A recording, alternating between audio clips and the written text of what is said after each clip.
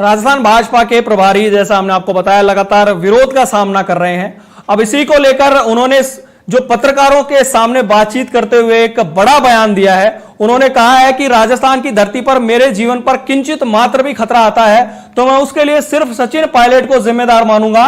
राजनीति में कौन सा तरीका है, अगर दोबारा इस तरह की गतिविधि हुई तो हमारे कार्यकर्ताओं की भी धैर्य की एक सीमा है। अभी मैंने कुछ कहा ही नहीं है, मैं ये साबित भी कर दूंगा कि पायलट स्पेंट फोर्स क्यों है।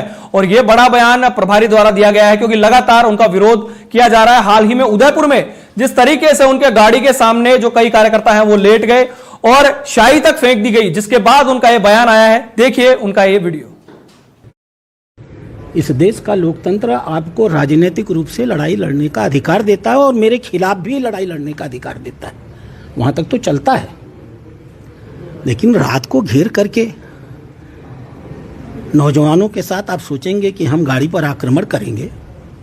मान लीजिए शीशा टूट गया होता तो? इस राजस्थान में रहते हुए आज के बाद मेरे जीवन पर अगर किंचित मात्र भी खतरा आता है तो मैं उसके लिए सिर्फ और सिर्फ सचिन पायलट को जिम्मेदार मानूंगा। राजनीति का ये कोई तौर तरीका नहीं है। मैं आग्रह करता हूं अपनी लड़ाई के तौर तरीके पर वो विचार करें, लड़ें, मजबूती के साथ लड़ें, लोकतांत्रिक तरीके से लड़ें, सैद्धांतिक तरीके से लड़ें, राजनीतिक रूप से हम लोगों को परास्त करें। दोबारा अगर इस प्रकार की गतिविधि हुई तो हमारे भारतीय जनता पार्टी के कार्यकर्ताओं के भी धैर्य की सीमा है। और मैंने तो अभी कुछ कहा ही नहीं है। जब मैं कहना शुरू करूंगा तो बड़ी समस्या पैदा हो जाएगी, क्योंकि तब मैं ये परिभाषित करूंगा कि वो स्पेंट फोर्स है क्यों।